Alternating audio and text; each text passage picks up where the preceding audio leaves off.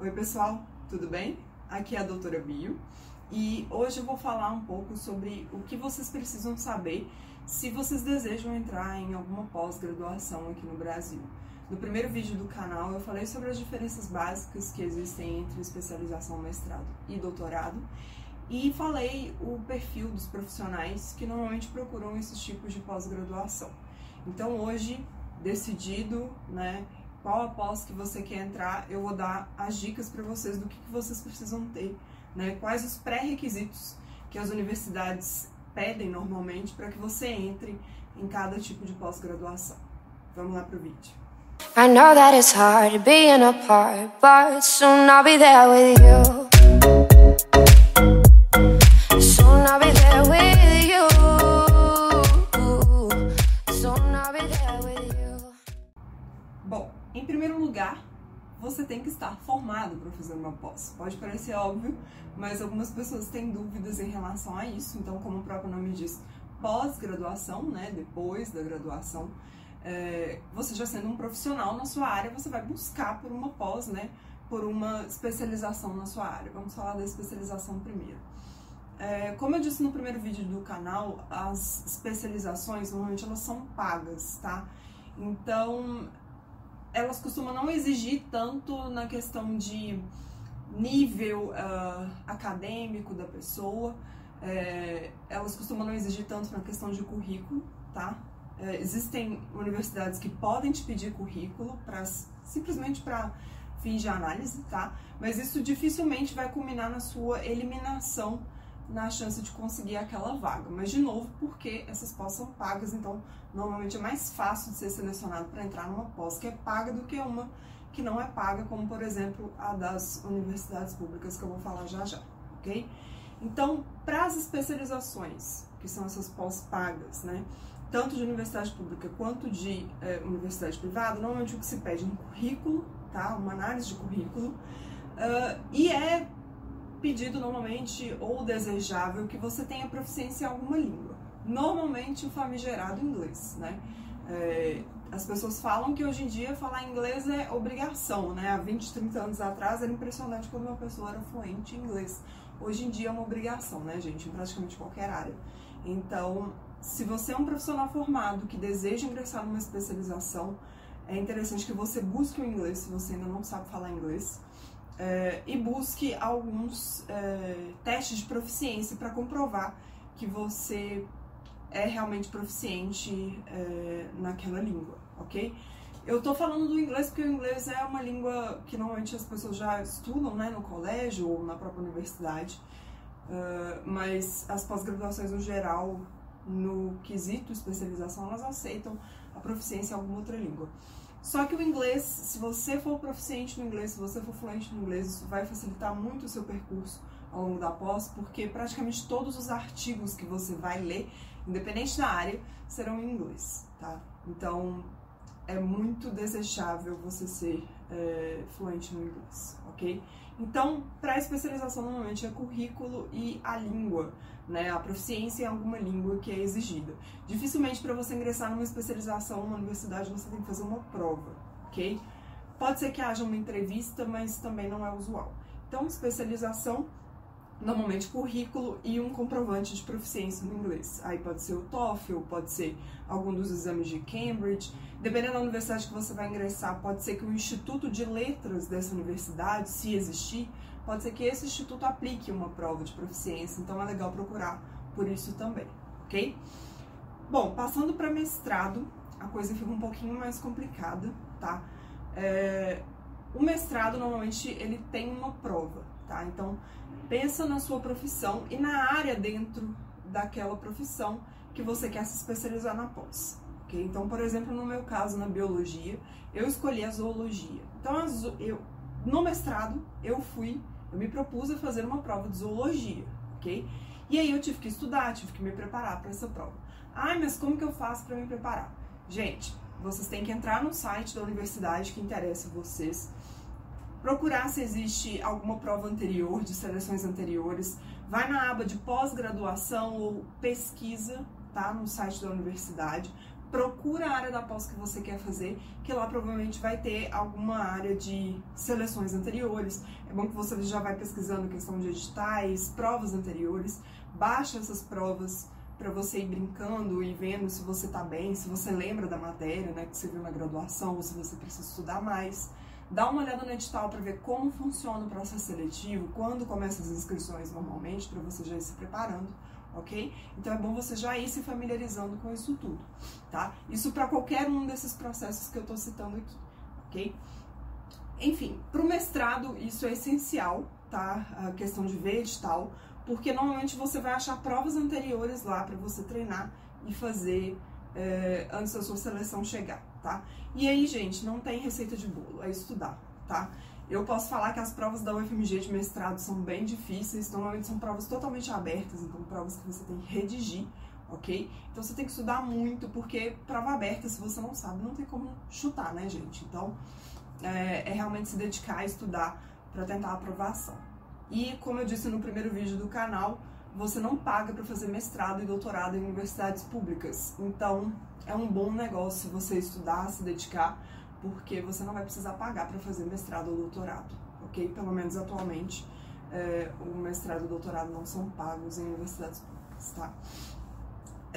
Além de uma prova, você também tem uma parte de análise de currículo, que eu falei lá na especialização, que nem sempre existe, né? Nem sempre é obrigatória. No mestrado existe análise de currículo, sim, apesar de que normalmente o peso está maior na prova do que no currículo, porque as seleções das universidades sabem que você acabou de se formar, né? Tem muita gente que forma e já vai direto para o mestrado, então você não tem ainda uma experiência, não tem um currículo vasto, então normalmente o peso é maior na prova, ok? E também é exigida proficiência em alguma língua, quase sempre em inglês, tá, gente? Então, pós, pensou em inglês, pensou proficiência, ok? E a entrevista vai variar muito, assim, de instituição para instituição. Normalmente mestrado, então, é prova daquela área específica, você tem que estudar muito, se dedicar muito. Proficiência no inglês, normalmente no inglês, né? E análise de currículo, beleza? Bom, o doutorado, eu vou falar, assim, pela minha área, tá? Pela zoologia. Normalmente o doutorado ele não tem prova, ok?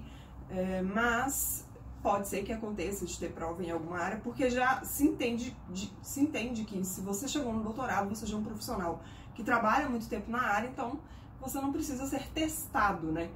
Nesse nível acadêmico, você não precisa ser testado em questão de conteúdo que você domina naquela área ou não.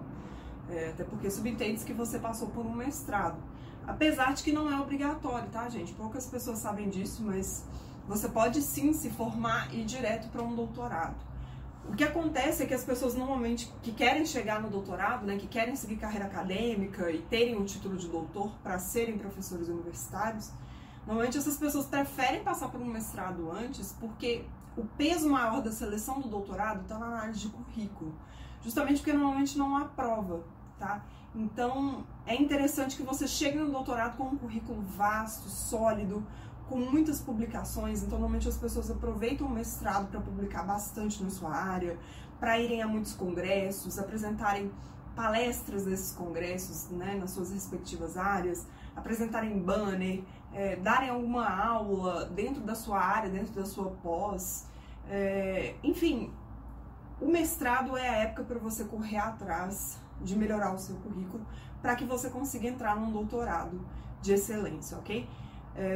Então, normalmente o doutorado consiste numa análise de currículo, de novo, comprovação de proficiência linguística, tá? E pode ser que haja uma entrevista ou não. Uma coisa que normalmente é pedido no mestrado, que eu esqueci de mencionar, e que é muito importante, mas eu não falei de cara porque algumas universidades usam, outras não, é a apresentação de um pré-projeto de dissertação. Aquele documento que você apresenta, tipo um livro, né, no final do mestrado, que você vai apresentar diante de uma banca, né, julgadora, chama-se dissertação quando é no mestrado e tese quando é no doutorado. E TCC lá na graduação e na especialização, tá? No mestrado, quando você entra, apesar de você já não ter que ter uma dissertação escrita, né, porque essa dissertação você vai desenvolver ao longo do processo, você pode ser pedido a apresentar um projeto de dissertação. O que é isso?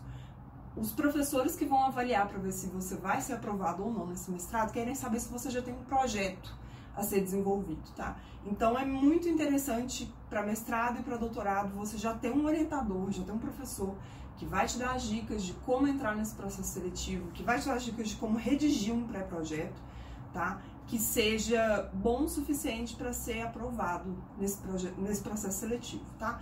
E do que consiste normalmente esse pré-projeto? É um mini artigo, digamos. Você tem que colocar uma introdução, então você vai contextualizar, né, nessa introdução o que você vai trabalhar, o que falta ser descoberto nessa área e por que o seu trabalho é relevante, é uma novidade, isso é muito importante em ciência. Depois você entra com uma metodologia básica que você pretende fazer. É interessante colocar um cronograma, né, para a banca de seleção do mestrado entender que você é uma pessoa organizada, que você tem etapas pré-planejadas, né? Talvez resultados esperados e as referências. Normalmente essa é a receitinha de bolo de um bom pré-projeto de mestrado. No doutorado isso pode ser pedido também ou não, fica a cargo de cada programa de pós-graduação, ok? Bom, gente, eram essas as dicas que eu tinha para dar para vocês em relação ao que vocês vão precisar para tentar uma especialização, um mestrado ou um doutorado. Eu vou deixar uma dica valiosa aqui no final também, em relação à instituição que vocês vão procurar para fazer qualquer tipo de pós. É muito legal realmente entrar no site da universidade que te interessa, explorar toda a aba de pós-graduação, ver todos os orientadores que tem lá disponíveis para te orientar, ver como eram editais anteriores, né, como funcionam as seleções, ver como foram as provas anteriores, o número de pessoas aprovadas. Por aí você consegue ter uma noção se é uma seleção muito difícil ou uma seleção mais tranquila. E o mais importante, gente, pesquisem no Google qual é a nota de avaliação desse programa de pós em relação ao MEC, tá? O MEC no Brasil avalia todos os programas de pós-graduação de todas as universidades. E por que essa nota é importante? O MEC é basicamente quem permite essas pós-graduações seguirem, tá? Então, se for uma pós-graduação de qualidade baixa, a tendência dela fechar com o tempo é grande, ok? O MEC basicamente dá um tempo para essa pós se reajustar, se ela manter com uma nota baixa. Se eu não me engano, notas abaixo de 3 ou de 2, essas pós-graduações já foram fechadas esse ano, inclusive, tá? E é interessante para essas pós-graduações que elas não só se mantenham numa nota boa, mas que elas cresçam de nota, porque elas recebem prêmios em troca de notas maiores. Então, o governo manda grana para essas pós-graduações, para investirem em equipamentos de pesquisa, para receberem dinheiro, por exemplo, para mandarem estudantes para congressos, para museus, para verem coleções, quando for o caso, por exemplo, para visitarem o exterior, quando for o caso. Então, a trabalho, claro, todas essas situações são a trabalho. Então, pesquisem muito, gente, porque existem pós-graduações, instituições que oferecem pós-graduações, que são instituições pequenas, que podem acabar pegando o seu dinheiro para depois fecharem no meio do processo seletivo. Então isso seria uma grande dor de cabeça. Então pesquisem bem antes de ingressarem numa pós, tá bom? Não se esqueçam de se inscrever no canal, ok? Me sigam lá no Instagram, @doutorabio, e qualquer dúvida eu vou estar aqui nos comentários. Tchau, até o próximo vídeo.